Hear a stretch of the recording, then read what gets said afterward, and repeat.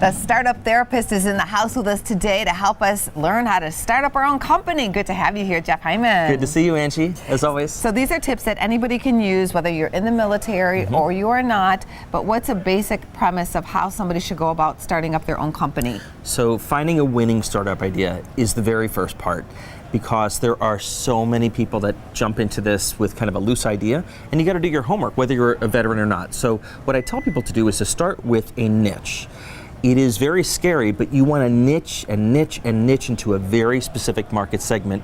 And then once you figure out who your niche is going to be, whether it's small business, maybe it's other veterans, maybe it's moms, etc., you want to ask them, what are your biggest problems? Versus coming up with an idea that maybe is your problem or not a way to make money, ask them what are their problems. And then after that, once you get it, what you think is a great idea, should you run that by somebody else who maybe has started up their own company just to get a feel for how it's going to go? I think what's even more important than that is actually talking to the customers and saying, if I built this, how would you use it? What do you do today instead of this particular product or service?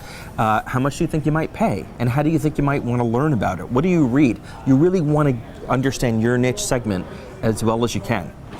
What's the next step after that, Jeff? Well, typically starting as a service instead of a product is much easier. Think about it this way. Why is that? Well, think about it in terms of how long it takes to build a product or to raise money to build a product. A service, you can be in business tomorrow and literally do it on paper. Figure out what customers need. How do you develop the right system? Then later on, you can actually develop the product and turn the service into a product that can be packaged. Maybe you have to write software code, but you can do that later. Okay, another step? Don't run out of cash. So that's a big step. Number one failure of entrepreneurs and startups is they run out of cash, which I know sounds very obvious. But the way to not do that is to try to keep things as variable cost as possible. What does that mean? So what that basically means is instead of taking on fixed costs, salaries and real estate and office space and fancy business cards, focus on variable costs, which means you pay people to do work as you bring in money. So instead of hiring sales reps on a salary, pay them on a variable commission basis. If they are software folks, pay them to develop on an hourly basis once you actually have customers on board. So it's a variable basis. You know, I'm a big Shark Tank watcher, and one of the things that they do, and this is a good reason to do a service rather than a product, is because the first thing they say is, can your product be made in China?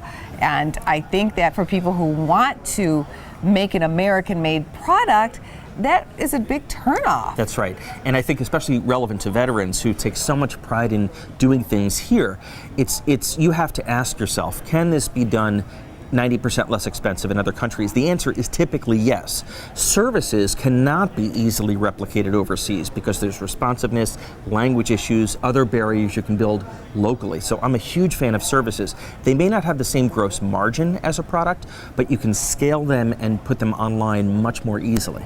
Should you enlist the help of your friends and family when starting up a business? I think you need to build your support network around you as much as possible, but it can cause a conflict, and you need to be comfortable that if you're going to bring your spouse into the business, you're going to be working with them 24 hours a day in some way, and that works incredibly well for some companies like on Shark Tank, and it doesn't work well for some other couples. Your kids, your parents, your cousins.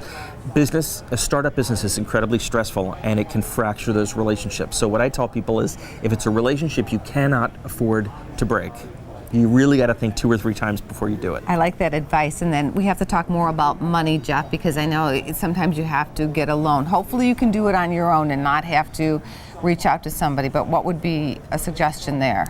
There's a lot more opportunities now for financing. There's a lot of online services that will give you short-term loans, but you got to check the interest rates. Some of them are pretty significant. A lot of small print out there you need to be aware of. It's huge. There's crowdsourcing, of course. 0% credit cards. Yeah, there's 0% credit cards. So there's a lot more options. There's angel investors, of course, friends and family that can participate. But the good news is technology costs about 10% of what it used to in terms of how much money you need up front. And so if you can do it smart and you can structure it as a service on a variable cost basis as opposed to a fixed cost basis, you don't need that much capital to get started. Most successful companies are now started for less than a few $1,000s. Wonderful to have you here. Thank you. As always, thank you, Angie.